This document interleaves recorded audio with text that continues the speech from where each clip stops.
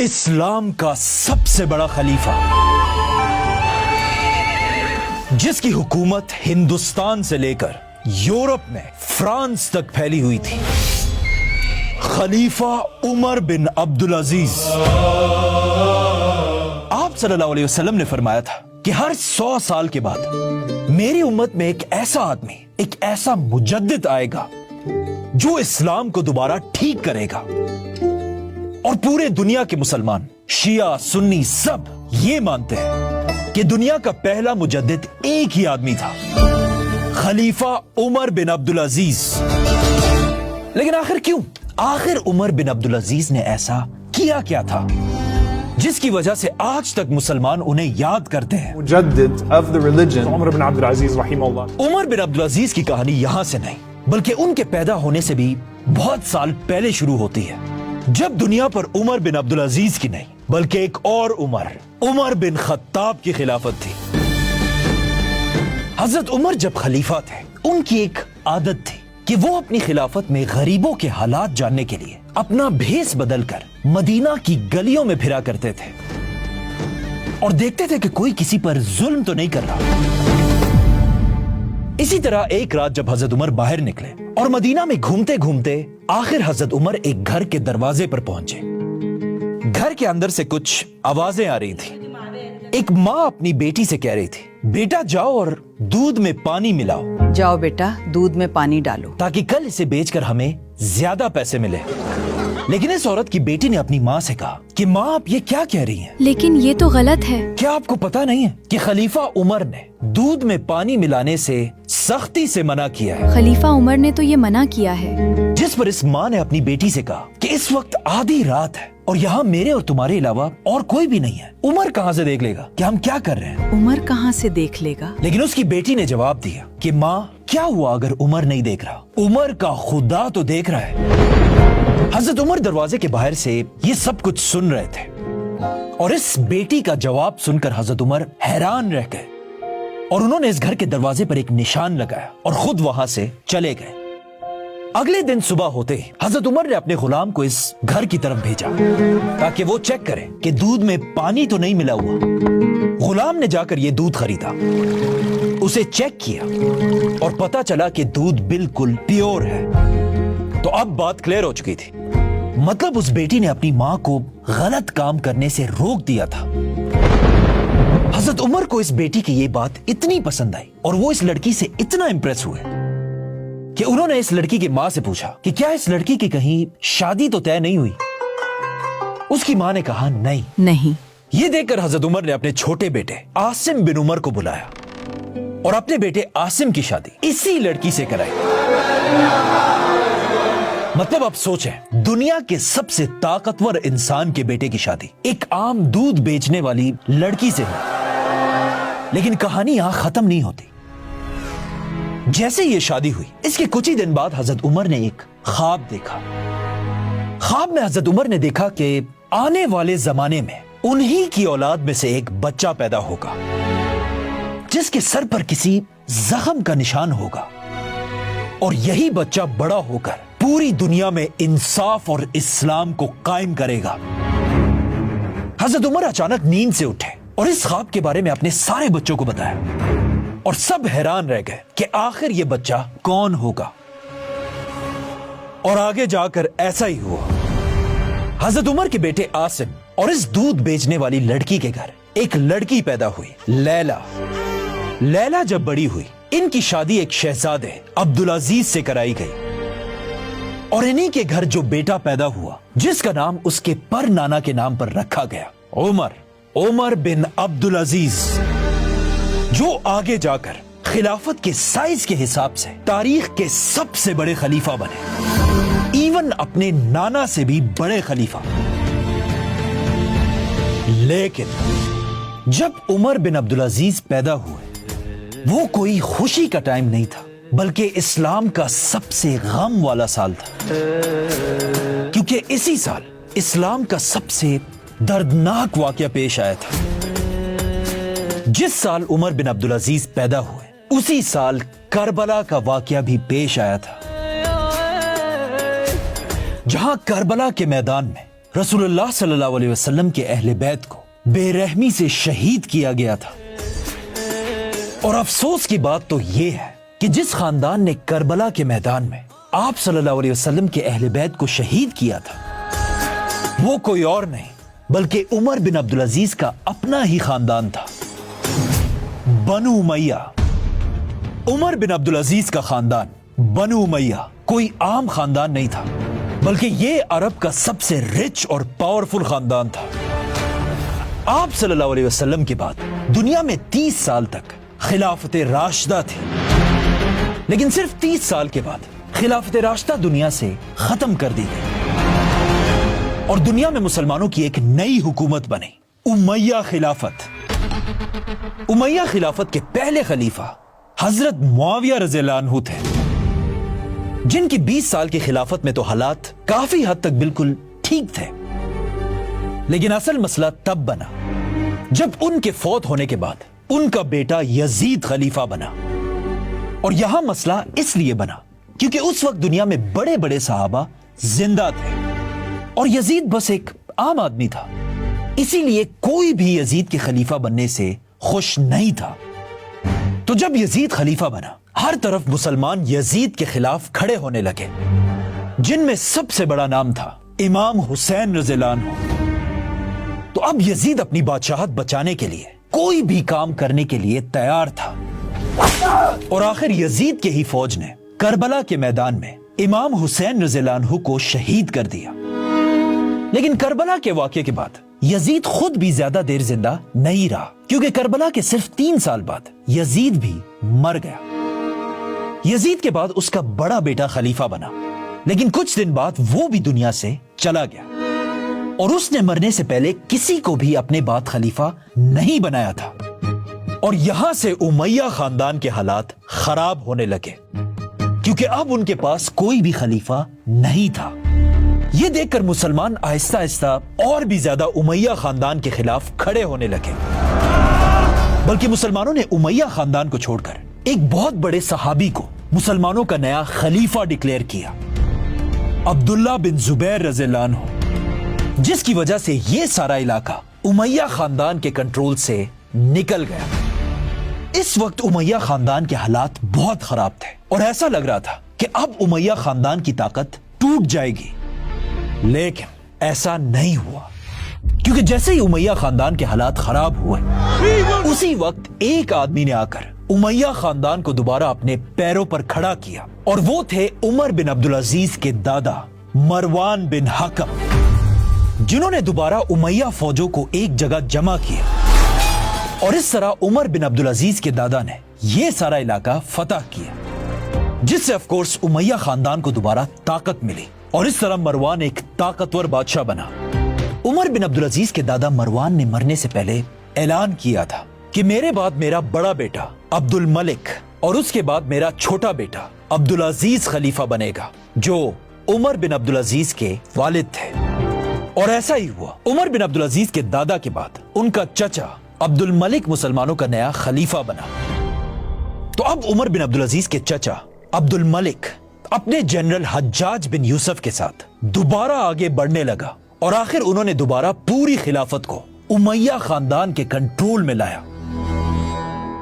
अब जब हालात थोड़े ठीक हो गए थे तो अब्दुल मलिक दोबारा अपने कैपिटल में बैठा और अपने भाई अब्दुल अजीज को इजिप्ट का गवर्नर बनाया और उमर बिन अब्दुल अजीज भी अपने बाप के साथ इजिप्ट में रहने लगे। इस वक्त उमर बिन अब्दुल अजीज छोटे से थे और इस छोटी सी उम्र में एक दिन उमर बिन अब्दुल अजीज अपने वालिद के साथ उनके घोड़े देखने के लिए गए और वहां जब छोटे से उमर बिन अब्दुल अजीज घोड़ों के साथ खेल रहे थे तो एक घोड़े ने अचानक उनके सर पर लात मारी, जिससे उनके सर पर सख्त चोट लगी और इससे हमेशा हमेशा के लिए उनके सर पर एक निशान पड़ा। कहा जाता है कुछ लोग तभी समझ गए थे कि हो सकता है यही वो लड़का हो जिसके बारे में उमर बिन खत्ताब रज़ियल्लाहु अन्हु ने ख्वाब देखा था, क्योंकि सबको पता था कि उमर बिन अब्दुल अजीज का बाप तो बनु उमैया खानदान से है, लेकिन उनकी माँ लैला हजरत उमर बिन खत्ताब रज़ियल्लाहु अन्हु के खानदान से है। खैर, उमर बिन अब्दुल अजीज इजिप्ट में ही अपने माँ बाप के साथ बड़े होते गए, लेकिन जैसे ही उनकी उम्र सिर्फ 13 साल हुई उन्हें इजिप्ट से मदीना की तरफ भेजा गया ताकि वो मदीना में बड़े बड़े सहाबा के साथ बैठकर इस्लाम के बारे में सीख सके। और यहीं से सहाबा के साथ बैठकर आहिस्ता आहिस्ता उमर बिन अब्दुल अजीज की जिंदगी बदलने लगी, क्योंकि उनके बाकी सारे कजन्स बनु उमैया के शहजादे सहाबा से बहुत दूर अपनी अय्याशियों में जिंदगी गुजार रहे थे, बड़े बड़े महलों में रहते थे, महंगे घोड़ों की सवारियां करते थे। और यहाँ उमर बिन अब्दुल अजीज एक शहजादे होने के बावजूद भी मदीना के गरीब सहाबा के साथ रह रहे थे, और इसीलिए आगे जाकर उमर बिन अब्दुल अजीज के इन्हीं कजन्स ने उन्हें जहर देकर शहीद किया। लेकिन उमर बिन अब्दुल अजीज हमेशा से ही ऐसे बहुत नेक इंसान नहीं थे, क्योंकि कहा जाता है मदीना के पहले दिनों में वो भी एक शहजादे की तरह रहते थे। कहा जाता है उमर बिन अब्दुल अजीज के पास मदीना में इतने कपड़े थे कि वो एक बार जो कपड़े पहन लेते थे दोबारा उन्हें हाथ भी नहीं लगाते थे। और उमर बिन अब्दुल अजीज अपने कपड़ों पर इतना महंगा परफ्यूम लगाते थे कि मदीना की जिस भी गली से वो गुजरते थे वहां उनके जाने के बहुत टाइम बाद भी हर तरफ उनके परफ्यूम की खुशबू फैली हुई होती थी।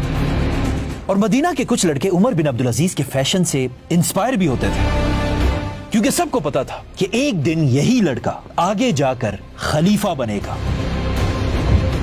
एक बार उमर बिन अब्दुल अजीज जुम्मे की नमाज पढ़ने के लिए मदीना की मस्जिद लेट पहुंचे। उनके टीचर ने पूछा, तुम क्यों लेट आए हो? तो उमर बिन अब्दुल अजीज ने जवाब दिया कि असल में मेरे गुलाम मेरे बालों को ठीक कर रहे थे, इसीलिए मैं थोड़ा लेट आया हूं। इस बात पर उनके टीचर को बहुत गुस्सा आया, लेकिन ऑफ कोर्स एक शहजादे को कुछ कह भी नहीं सकते थे। तो इस टीचर ने सीधा एक लेटर उमर बिन अब्दुल अजीज के बाप अब्दुल अजीज की तरफ भेजा और उन्हें बताया कि आपका बेटा यहाँ ये सब कुछ कर रहा है। ये सुनकर अब्दुल अजीज ने इजिप्ट से एक बंदा सीधा मदीना की तरफ भेजा और उसे बताया कि सीधा मदीना जाकर मेरे बेटे उमर के सारे बाल काट। इस आदमी ने ऐसा ही किया और मदीना आकर शहजादे उमर बिन अब्दुल अजीज के बाल सबके सामने काट दिए। इस तरह उमर बिन अब्दुल अजीज की तरबियत आहिस्ता आहिस्ता मदीना में होने लगी। इसी मदीना में उमर बिन अब्दुल अजीज ने रसूलुल्लाह सल्लल्लाहु अलैहि वसल्लम के बारे में पढ़ा और फिर उमर बिन अब्दुल अजीज ने खिलाफत राशिदा को पढ़ना शुरू किया कि खिलाफत राशिदा एक कितनी अजीम खिलाफत थी। और उमर बिन अब्दुल अजीज को समझ आने लगी कि आज उनके खानदान ने खिलाफत को क्या से क्या बना दिया है। और इस तरह मदीना के स्कॉलर्स उमर बिन अब्दुल अजीज को एक शहजादे से ज्यादा एक अच्छा मुसलमान बनाने की कोशिश करने लगे। लेकिन यहां से सब बदल गया, क्योंकि मदीना के स्कॉलर्स चाहते थे कि अब्दुल अजीज के बाद जब उमर बिन अब्दुल अजीज खलीफा बने तो वो बनु उमैया की इस खिलाफत को दोबारा ठीक करें। लेकिन ऐसा नहीं हुआ, क्योंकि जैसे ही मदीना में उमर बिन अब्दुल अजीज की उम्र 25 साल हुई, अचानक उमर बिन अब्दुल अजीज की जिंदगी बदल कर रह गई। याद है उमर बिन अब्दुल अजीज के दादा ने ऐलान किया था कि मेरे बाद मेरा बड़ा बेटा अब्दुल मलिक और उसके बाद मेरा छोटा बेटा अब्दुल अजीज खलीफा बनेगा। और उनके बाद ऑफ कोर्स उमर बिन अब्दुल अजीज ने ही खलीफा बनना था। लेकिन अचानक उमर बिन अब्दुल अजीज के चचा अब्दुल मलिक ने यह सिस्टम तोड़ दिया और ऐलान किया कि मैं ये खिलाफत अपने भाई अब्दुल अजीज को नहीं दूंगा और मेरे बाद मुसलमानों का नया खलीफा मेरा बड़ा बेटा वलीद बनेगा। मतलब उमर बिन अब्दुल अजीज का चचा उनसे और उनके वालिद से खिलाफत का हक हमेशा के लिए छीन रहा था। इसीलिए उमर बिन अब्दुल अजीज के वालिद अब्दुल अजीज ने अपने इस भाई के ऑर्डर को मानने से इनकार कर दिया और इस तरह उमर बिन अब्दुल अजीज के चचा और वालिद एक दूसरे के आमने सामने हुए और एक बार फिर बनु उमैया के हालात खराब होने लगे और ऐसा लगने लगा कि अब उमैया खानदान के शहजादे आपस में तख्त के लिए लड़ेंगे। लेकिन ऐसा नहीं हुआ, क्योंकि जैसे ही उमर बिन अब्दुल अजीज के वालिद ने अपने भाई की बात मानने से इनकार किया, अचानक इसके कुछ ही अरसे बाद उमर बिन अब्दुल अजीज के वालिद फौत हो गए। तो अब उमर बिन अब्दुल अजीज के चचा अब्दुल मलिक का रास्ता साफ हो चुका था और उन्होंने आसानी से अपने बेटे वलीद को नया खलीफा डिक्लेयर किया। और इस तरह उमर बिन अब्दुल अजीज हमेशा के लिए खिलाफत से दूर हो गए और उनके खलीफा बनने के चांसेस बिल्कुल खत्म हो गए।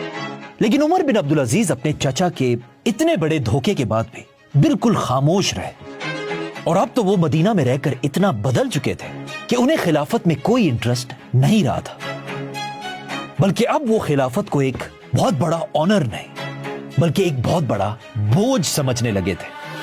लेकिन उमर बिन अब्दुल अजीज के चचा को अब भी अच्छी तरह पता था कि अगर दुनिया में कोई उसके बेटे की खिलाफत को चैलेंज कर सकता है तो वो है उमर बिन अब्दुल अजीज। इसीलिए उसने उमर बिन अब्दुल अजीज को खुश करने के लिए उन्हें मदीना से अपने पास कैपिटल दमिश्क बुलाया और वहां उन्होंने उमर बिन अब्दुल अजीज की शादी अपनी ही बेटी उमैया खानदान की शहजादी फातिमा बिन अब्दुल मलिक से कराई, जिसके बाद उमर बिन अब्दुल अजीज अपनी बीवी के साथ दमिश्क में ही रहने लगे। लेकिन शादी के कुछ ही दिनों बाद उमर बिन अब्दुल अजीज के चचा, जो अब उनके ससुर भी थे, इस दुनिया से चले गए और अकॉर्डिंग टू प्लान उनके बाद उनका बड़ा बेटा वलीद मुसलमानों का नया खलीफा बना।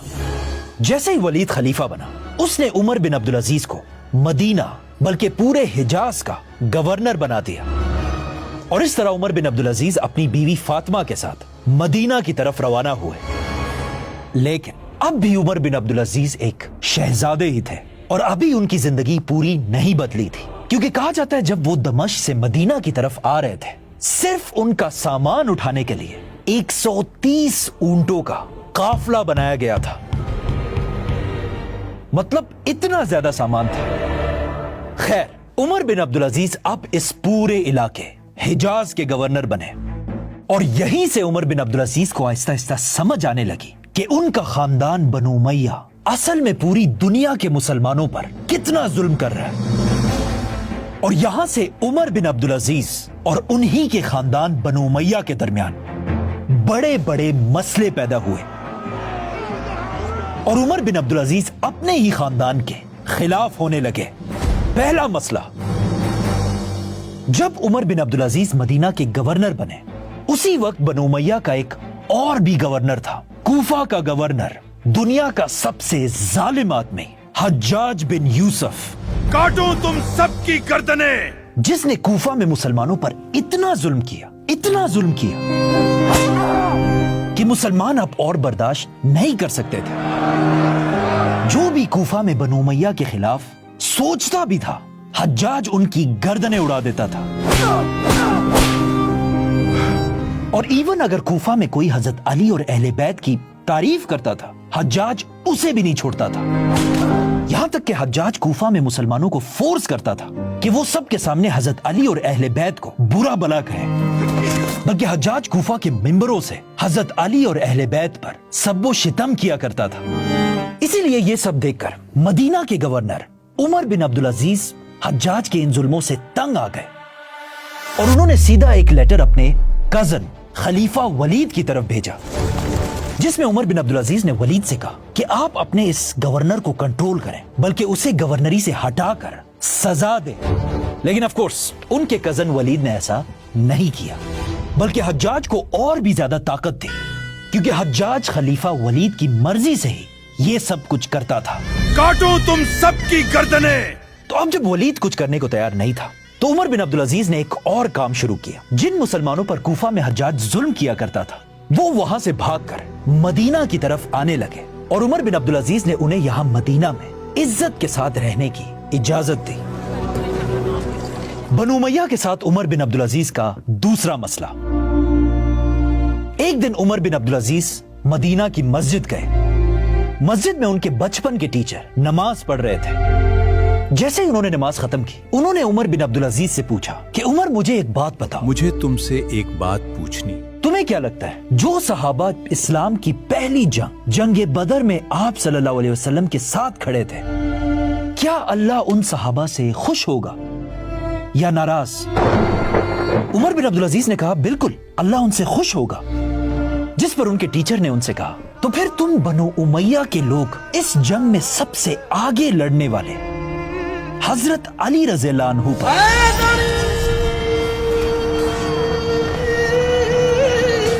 क्यों सब्बो शितम करते हो? क्यों सब्बो शत्म करते हो? ये सुनकर उमर बिन अब्दुल अजीज खामोश हो गए और कुछ देर सोचने के बाद कहा कि आप बिल्कुल सही कह रहे हैं। मुझे याद है जब बचपन में मेरे वालिद अब्दुल अजीज खुतबा दिया करते थे, तो पूरा खुतबा वो बिल्कुल सही देते थे, लेकिन जब खुतबे में वो हजरत अली पर सब्बो शितम वाली जगह पर आते थे, मेरे वालिद अब्दुल अजीज की जबान कांपने लगती थी कि अली, और उनकी आवाज बिल्कुल धीमी हो जाती थी। एक दिन मैंने अपने वालिद से पूछा कि हजरत अली पर सब्बो शितम करते हुए आपकी जबान क्यों कांपती है, वो शत्म कहने पर क्यों अटक जाती है? तो उन्होंने मुझे बताया कि हम बनु उमैया हजरत अली पर सब्बो शितम तो करते हैं, लेकिन अगर इन मुसलमानों को पता चल जाए कि अली कैसा अजीम इंसान था, तो ये मुसलमान सब मिलकर इसी वक्त हमारी हुकूमत तोड़ डालेंगे